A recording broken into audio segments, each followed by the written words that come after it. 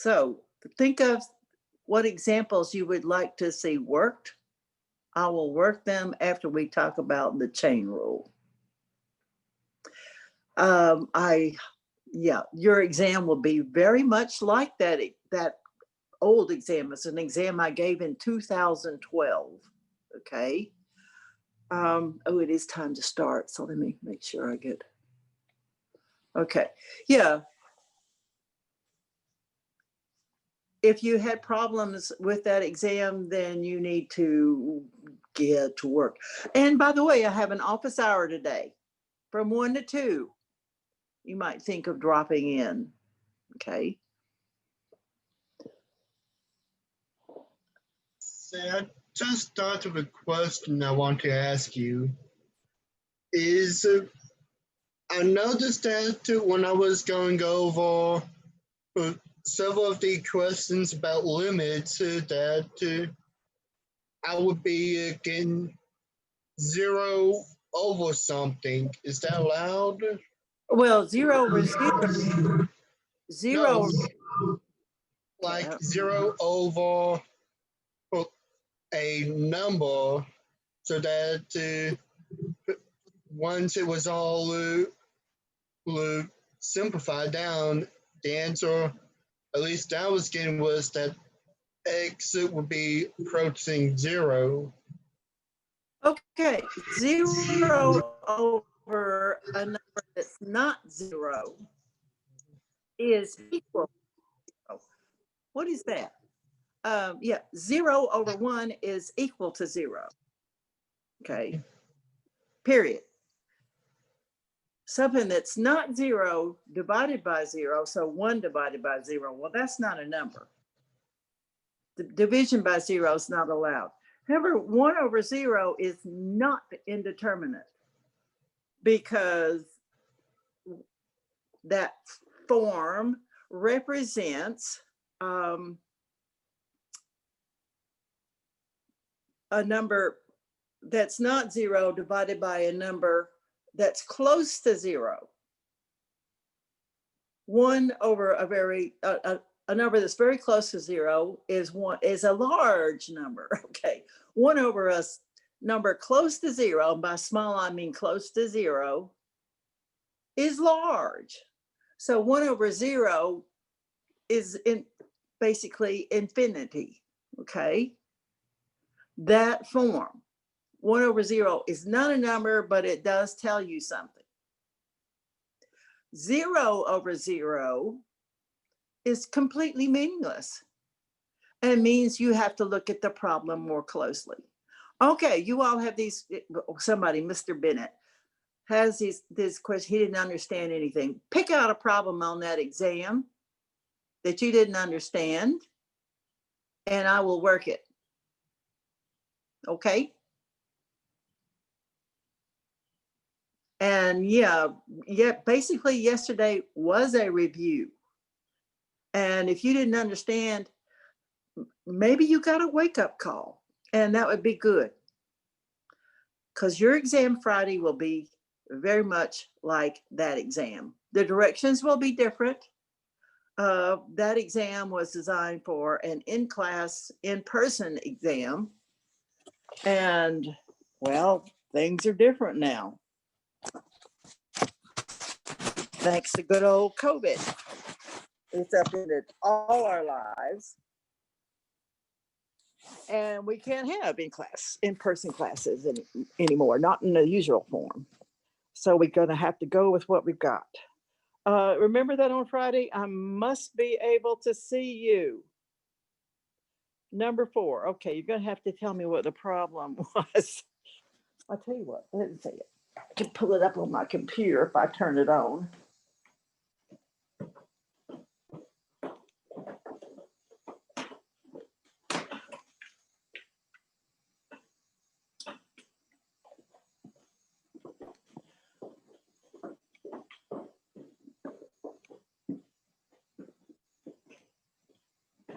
Take a while for that to come up.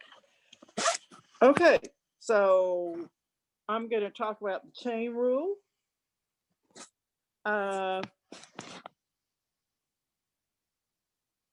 Okay, one of the problems. All right, let's see what that will say. Was number 3. Okay. You're gonna have to remind me what number 3 and number 4 were, but I will work those problems. Okay. I'm going to talk about the chain rule first. Chain rule is going to be with you for the rest of your life. It's good to understand it. I've had mathematicians tell me that they have earned an excellent living because a lot of engineers don't understand the chain rule. Okay, so we've been talking about, can everybody see my screen first of all? Yep. Okay, good. We've been talking about the differentiation rules. And okay, let me remind you, you're not even allowed to use these on the exam on Friday. Not allowed. After Friday, different story. Okay, the chain rule tells you how to differentiate a composite function. So a composite function, one function is inside another. Okay. For example, if you have f of x, okay, if you have this function, f of x is equal to the square root of x squared plus 1, then the x squared plus 1 is inside f, little f. And okay, another notation you'll see often is this one. F, yeah, so this means, that little circle means composition and not product. It means g of x, you're putting g of x inside f. Okay. A product would be f of x times g of x. This is different. So first thing you got to do is identify what your inside function and your outside function are. Well, the inside function in this case is x squared plus 1, which we'll call u. Okay.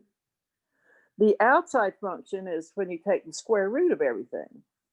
So f of u is the square root of u, which we can also write as u to the 1/2. So you've got an inside and an outside. The derivative of the inside function, okay, this is the x squared plus 1, is just 2x. The derivative of the outside function in terms of u is f prime of u is equal to 1/2 u to the minus 1/2, which is 1 over 2 times the square root of u. Okay. This is, if you just have a plain letter in there, it's f prime of u is 1 over 2 times the square root of u. But we don't have a plain letter inside that square root. We have x squared plus 1, not just x. And that makes a big difference. The chain rule then says that f prime of x, okay, is equal to, so f prime of g of x times g prime of x. So f prime is applied to the inside function first, and then you multiply by the derivative of the inside function. So for our example, the inside function is x squared plus 1, so its derivative is 2x. Okay, that's the g prime of x. F prime of u is 1 over 2 times the square root of u. u, okay, but u is not just x. It's x squared plus 1. So you get x over the square root of u, which is equal to x over the square root of x squared plus 1.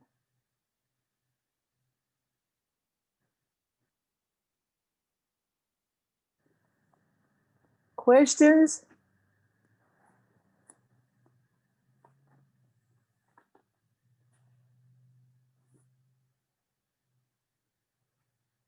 Okay, I'll take that as a no. Let's look at these two problems. Remember, we said that the derivative of the sine of x is the cosine of x. And I'll probably talk about why that is true next week. I think this week, I'll probably talk about the chain rule again tomorrow. Okay, with these two examples, the inside and the outside have switched, okay? In number A, that function, the outside function is the sine function, and the inside function is x squared.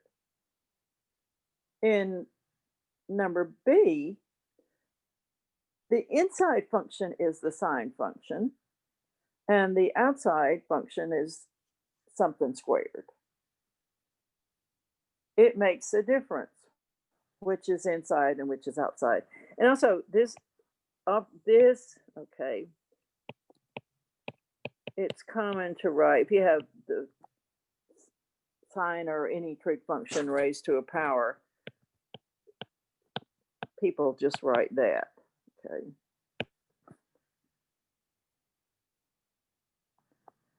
So putting the 2 there and putting the 2 completely on the outside mean the same thing.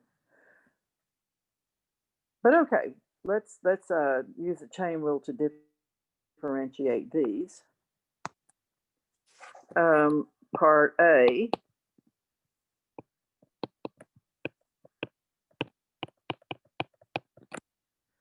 Now the inside function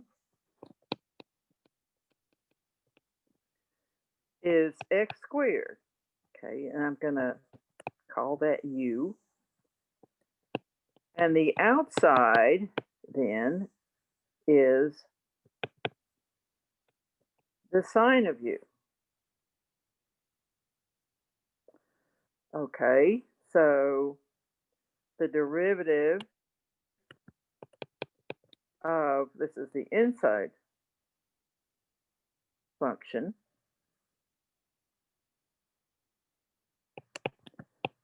is 2x,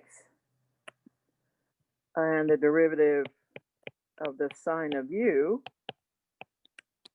is the cosine of u. So that's the outside. But the derivative then of the sine of x squared is equal to, okay, the cosine of u times g prime.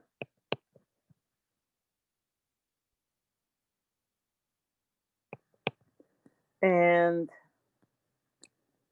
u is equal to x squared, so the derivative is the cosine of x squared. Oops.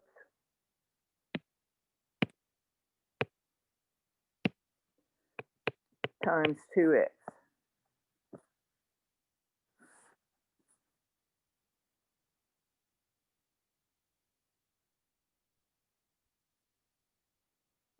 In the second problem, okay, where the inside and the outside switch places,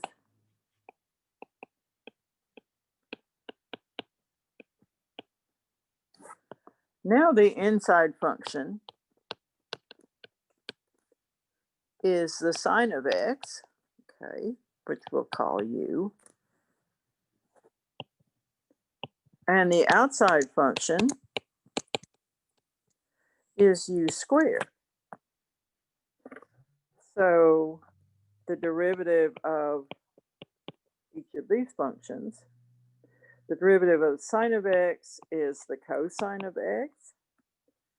The derivative of u squared is 2u.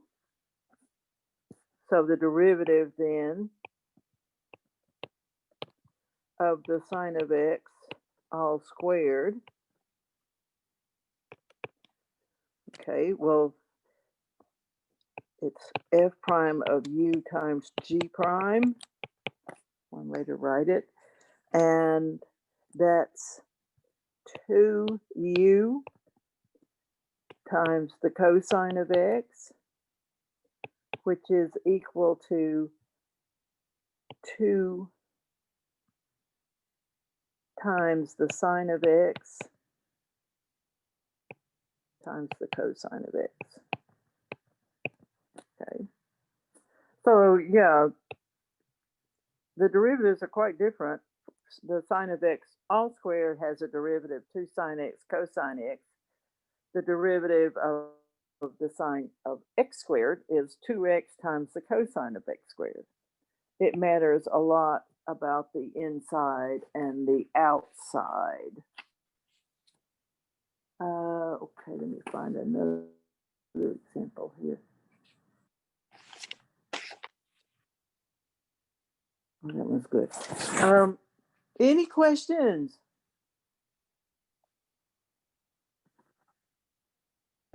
Can you go back down? I didn't get the ending part. The ending part, right, mean here? Yes, I'm trying to copy it down. Okay. I post these notes every day. Although it's, yeah. When I am listening to somebody talk, it kind of helps me if I write a few things down. It helps me focus. So feel free. But I do post the notes from every class and also the recording of every class. And Mr. Flores is also doing recordings and posting them on YouTube. And the links are available on Blackboard. Okay. Yeah, so if you're getting this 0 over 0 and you don't see any way to get around it, maybe you could go back and listen to some of those classes. It's not Oscar material, that's for sure, but you can fast forward, okay, and get to the part where I go over an example you might be interested in. Okay, I'm going to do one more, and then I will do some of the problems from the practice exam. For example, let's see. Suppose we have this function. Oh, let me call it big F. I can call little f something else. 1 over the cube root of x squared plus x plus 1. Okay, what's the inside function here?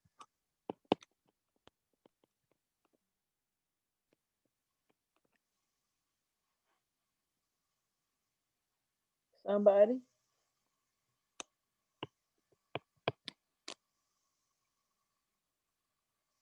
Would it be the cube root? Actually, that's the outside. Okay.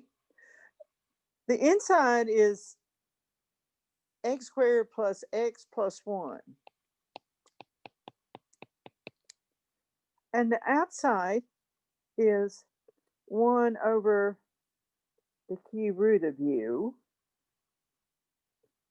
which you can write as u to the minus 1/3, right? If you have 1 over a, that's a to the minus 1. If you have the nth root of a, that's a to the 1 over n.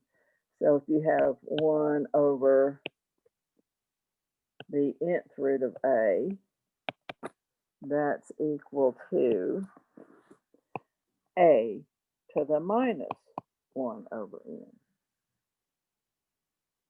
Just rules of algebra. And yeah, writing it in exponent form makes it, well, easy to use our differentiation rules. Okay, so we got an inside function and an outside function, and this is again a composite. So the derivative of big F is equal to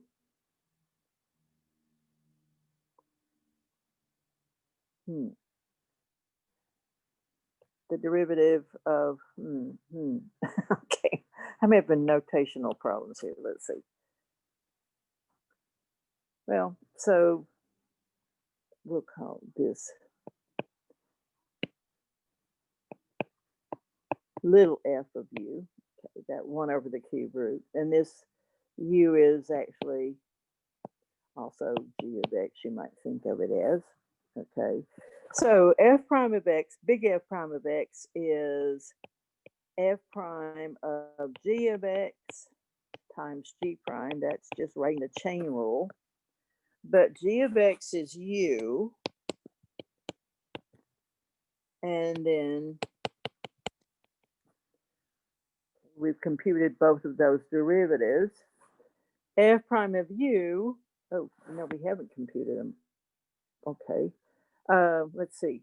G prime of x, here's g, which is, yeah, the derivative of that polynomial, and I hope maybe you can do it in your head at this point. Derivative of x squared is 2x. Derivative of x is 1. The derivative of 1 is 0. So, and these are added, so you add the derivatives. Okay. G prime of x is just 2x plus 1. And f prime of u is u to the minus 1/3. Okay, so that derivative is minus 1/3 u to the minus 1/3 minus 1, which is minus 1/3 u to the minus 4/3. Okay, so now we have computed the derivatives. And f prime of u is minus 1/3 u to the minus 4/3 times g prime of x. And then putting back in our x's, u was equal to that polynomial, x squared plus x plus 1. So we get minus 1/3 times raised to the minus 4/3, the entire polynomial there, times the derivative of the polynomial. So basically, okay, the chain rule says you take the derivative of your outside function and apply it to your inside function, and then you multiply by the derivative of your inside function. And I'm afraid that does not simplify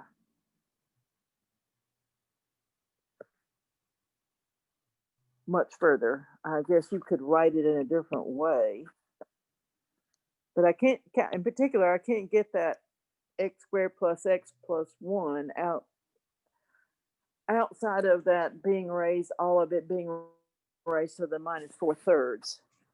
It's just in there and it won't come out. I could write it this way. Put it in the denominator, and then you've got a minus. That's about all you can do. Any questions? I wish we were in an actual class and I could get you to practice on this. But okay, maybe I'll figure out a way to do that at some point.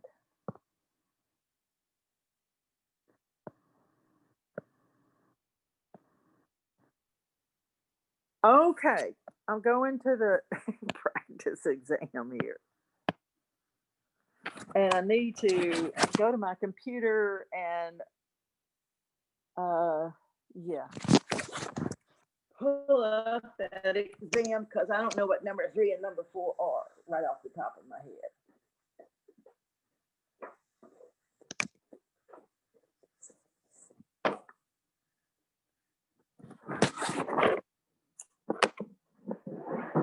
So let's see.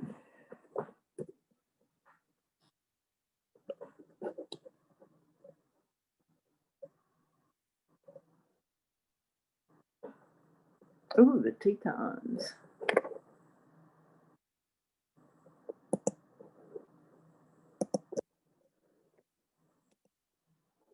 Okay.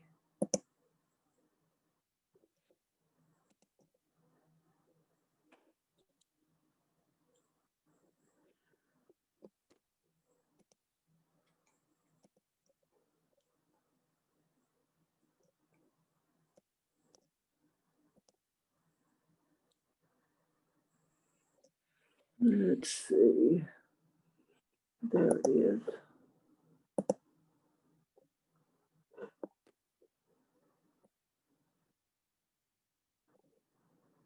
Okay. Number 3. Okay. And number, okay. Well, we have not talked so much about those. So, okay. Your questions make more sense now. Let's do them. Actually, I did one problem where I actually asked you to find the tangent line, and I think that's about it. And we did talk a little bit about how the derivative was a velocity. Okay, so number 3, find the slope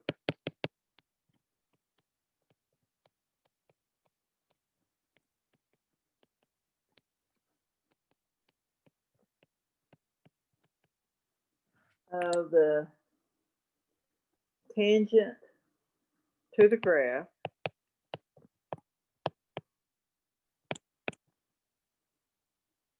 y equal to 2 over x line tangent at the point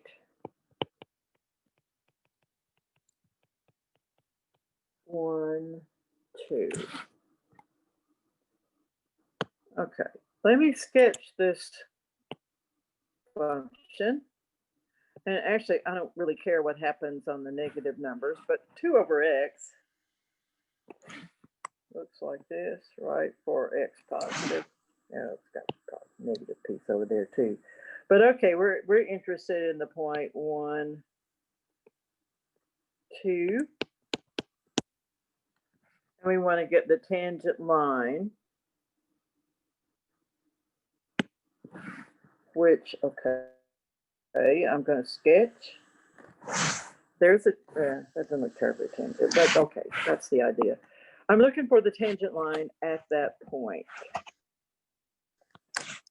Okay, well, we know that the slope of the tangent line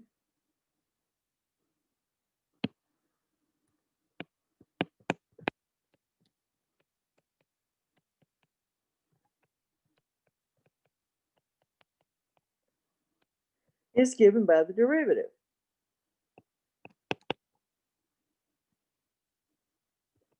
The derivative of 2 over x at x equal to 1. Okay, so we want a particular point here. Okay. Well,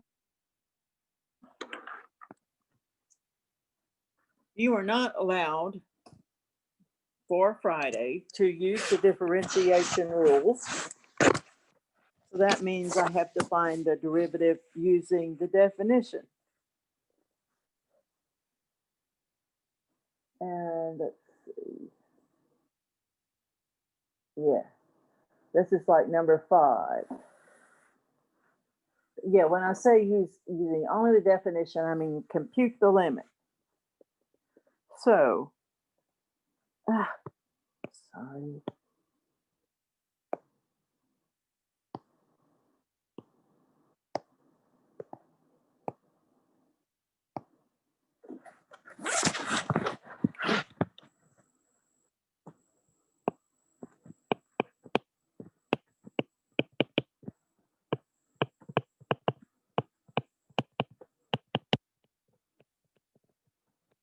Q over x, which is equal to 2x to the minus 1.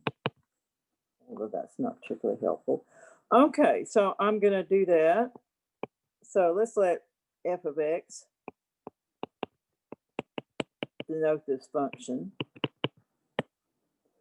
Then, okay, if I want the derivative, oh, why is it doing that? Put my finger in the wrong place and it jumps all over.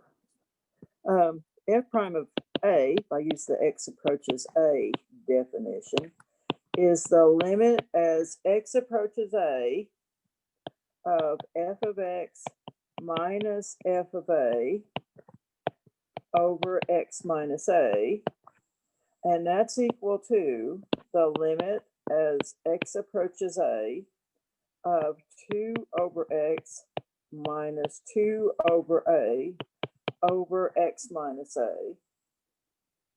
And right now, okay, we're talking about the 0 over 0, and you realize at this point that you have to get out of that, okay?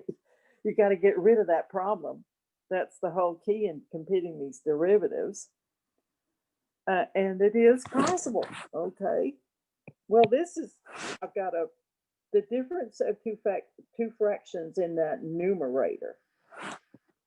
Difference of two fractions. Well, what could I do algebraically? I can find a common denominator for that numerator. And the common denominator is a times x. Okay, I'll write the rule down.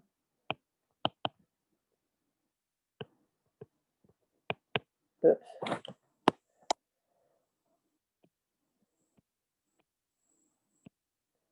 AD plus BC over BD. Okay. So common denominator here is x times a, and that is the least common denominator, whatever that means. Okay, so then the numerator for this fraction is 2, oops, well, I'll just make it red, 2a minus 2x. Okay, and now I have a complex fraction that's really over 1. So a over b divided by c over d is equal to a d over bc. And that's equal to then the limit as x approaches a of 2a minus 2x. And the d here is that 1, so that's times 1, over the product of those two things. So ax times x minus a. And notice, okay, it was 0 over 0 here, 0 over 0 here, and it's still 0 over 0. So we're not finished by any means. But now I can do something.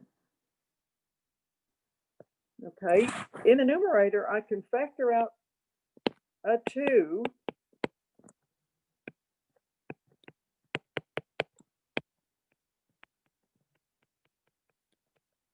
but a minus x is just equal to minus the expression x minus a. Basically, I'm going to factor out a minus 1 in that numerator.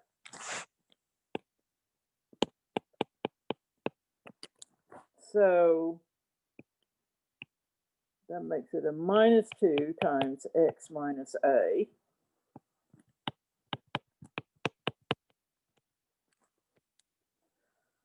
And now I've got x minus a as a factor in the top and x minus a as a factor in the bottom. Can cancel now. And okay, here's when I do the crucial step.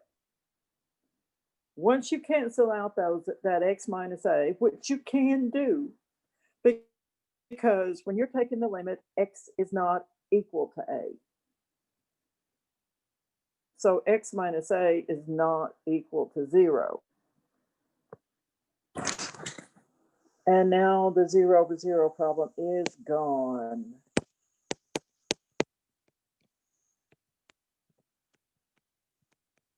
Okay.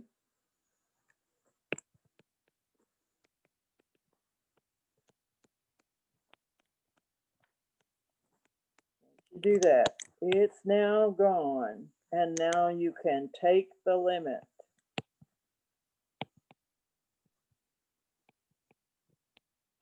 A times a, which is minus 2 over a squared. Okay, so that was a lot of work. Which is why after this week, we will be using the differentiation rules. So f prime of a is minus 2 over x a squared, which is, if we call the variable x,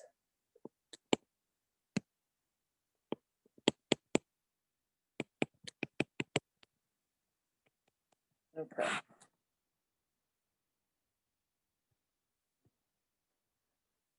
Let me go back and check. Yeah, that's right. Okay. Okay, so this is our slope. It's a formula for the slope.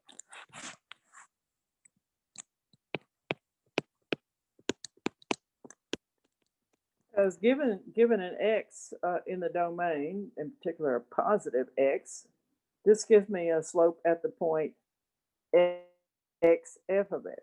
So at the point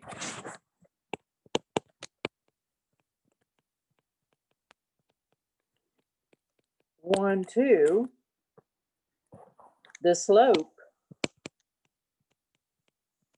of the tangent line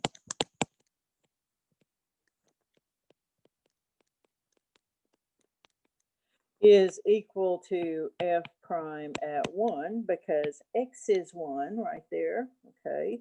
F prime of 1, which is minus 2 over 1 squared, is minus 2. So I have the slope of the tangent line.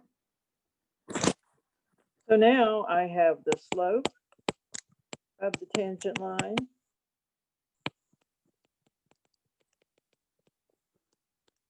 which is minus 2, and I have a point on the tangent line,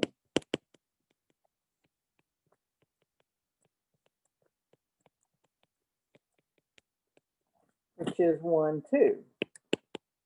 Okay, well, if you have a slope of the line and a point on the line, then you can figure out what the line is, because you can use the point slope form of the line, that formula. M times x minus x0 is equal to y minus y0, and x0, y0 is at point 1, 2. So the tangent line then is minus 2 times x minus 1 is y minus 2. And you could leave it like that, or you could write, let's see if I get y in terms of x, be minus 2x plus 2, and then I'll plus that other 2, minus 2x plus 4. So that's the tangent line. Okay, so that was number 3. Questions about that?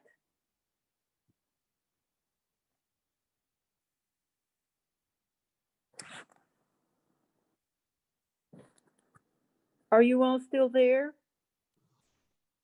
I don't have a question about that, but I noticed someone in the chat was asking if we could go over 1 and 4 as well.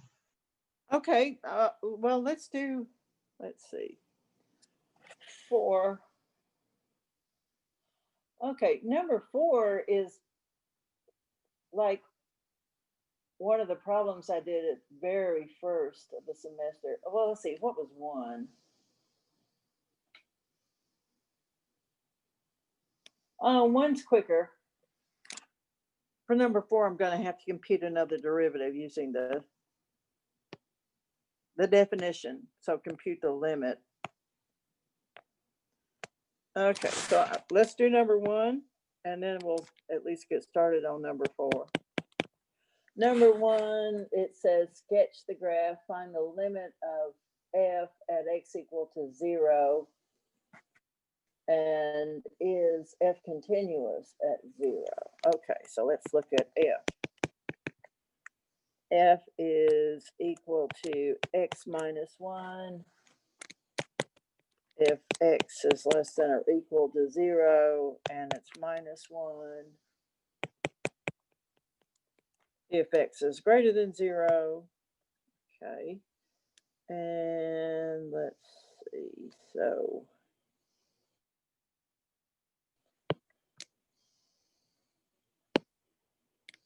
there's my coordinate system. It's minus 1 if x is greater than 0. Okay, so this is one that's got 2 pieces.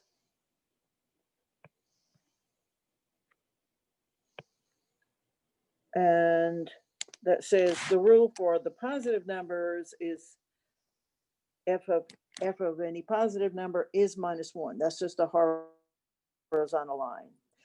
But function is not defined by that piece at x equal to 0. At x equal to 0, we switch to this other piece. If x is 0, okay, well, these 2 pieces meet. If x is equal to 0, okay, I use this. So f of 0 is 0 minus 1, because 0 is in this set of numbers. And that means this point right here is on the graph. And let's see, well, that piece is a line. If I put in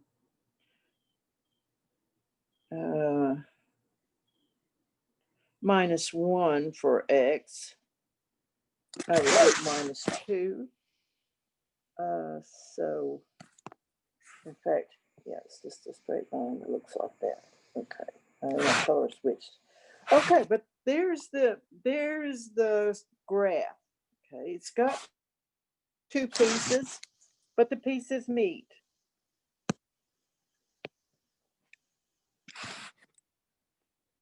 And okay, so that was part of the problem. It said sketch the graph.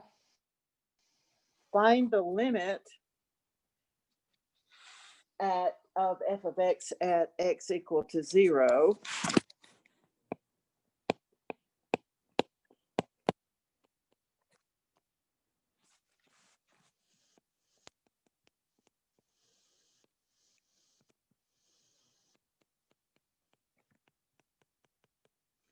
If it exists, well, it does here, okay, but what did we say about limits? That a limit can't exist unless you have both a limit from the right and a limit from the left, and they're the same thing.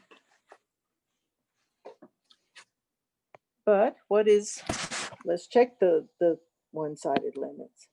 The limit as x approaches 0 from the right of f of x. Okay, if I'm approaching 0 from the right, that means I'm looking at x, a positive number. A positive number. That means I am using this piece, okay? And that means I'm using this rule. For positive numbers, f of that number is -1. So this is the limit as x approaches 0 from the right of -1, which is just a constant. And by the limit laws, that is -1. Okay, so that's the limit from the right. What's the limit from the left?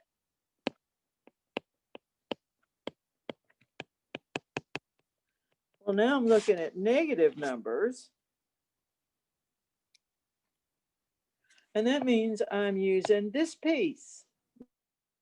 Okay, when x is negative, I use this piece, the x -1.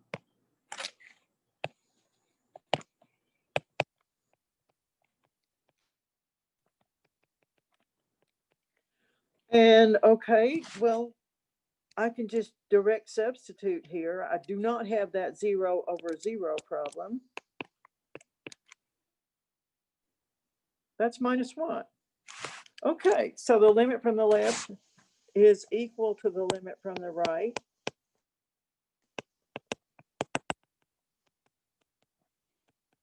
And they both exist.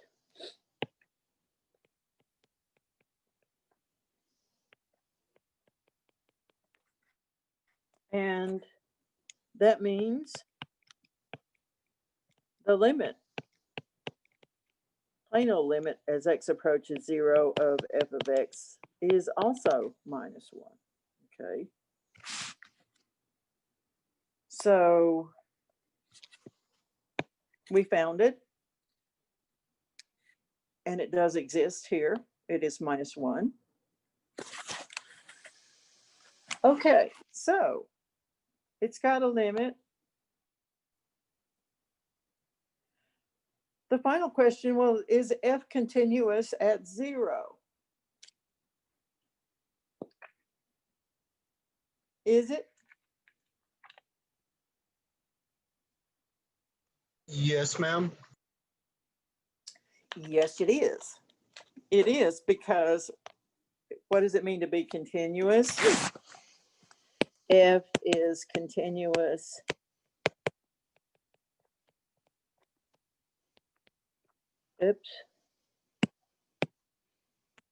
continuous at A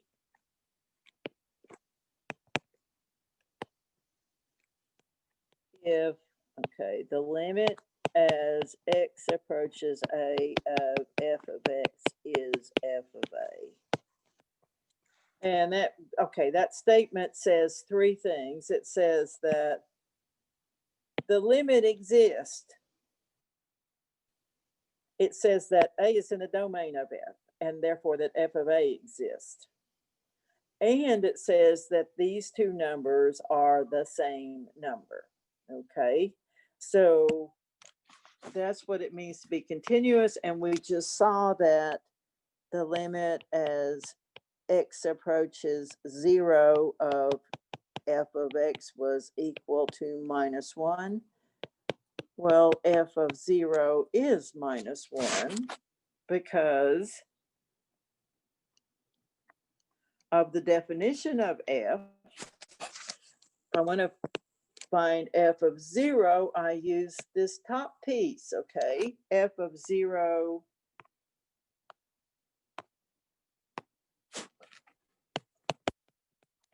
is 0 minus 1 is -1. So yes, it is continuous.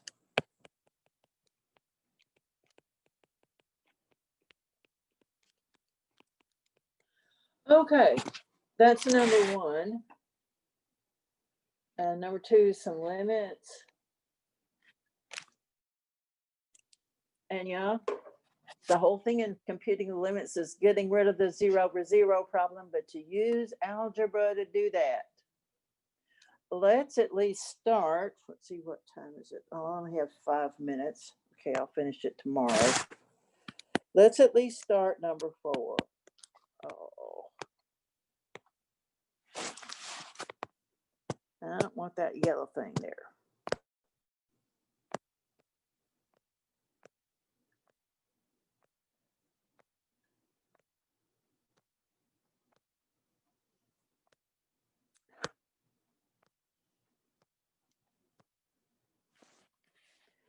Okay, number 4.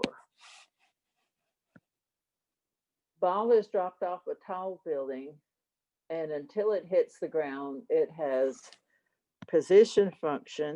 So it's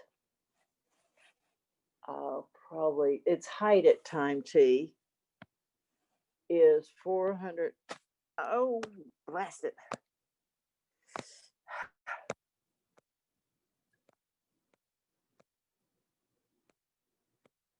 If I actually wanted to do whatever that yellow thing is, I'm sure I would not be able to do it. But if I don't want to do it, it does it for me.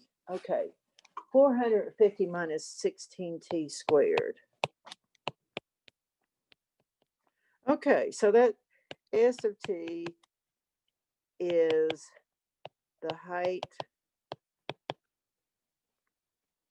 of the ball at time t. And let's see. Position function. Yeah, okay. So we're going to take t to the time to be in seconds and S of t to be in v.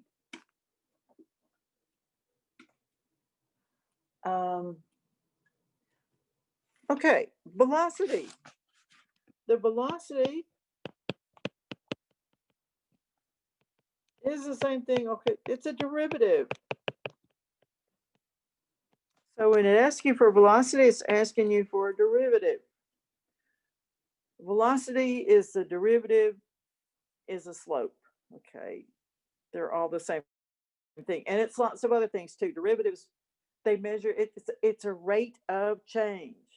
Okay, so anytime you hear rate of change, you're talking about a derivative. And we want to know the velocity of the ball, so that means we want to compute the derivative.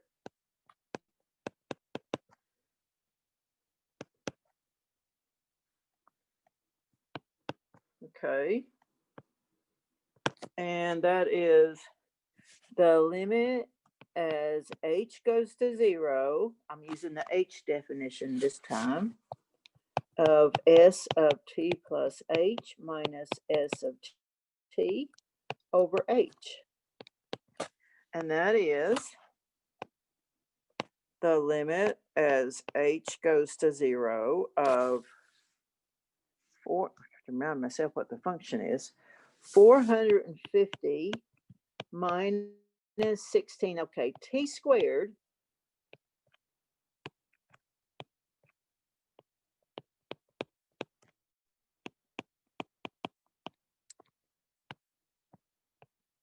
over h. And what goes right there? Well, s of t is 450 minus 16t squared. Okay, so if I'm putting t plus h in the place of t, that's 450 minus 16 times t plus h squared. Whatever gets done to t up here gets done to t plus h in the second one. So that's t plus h squared. And I am like out of time.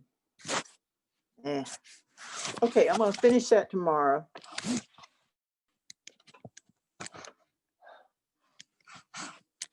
And if you had problems, okay, with number 2 And we worked lots of problems like those. Try again, okay? Try again. See if you can't figure it out. Because this is the kind of question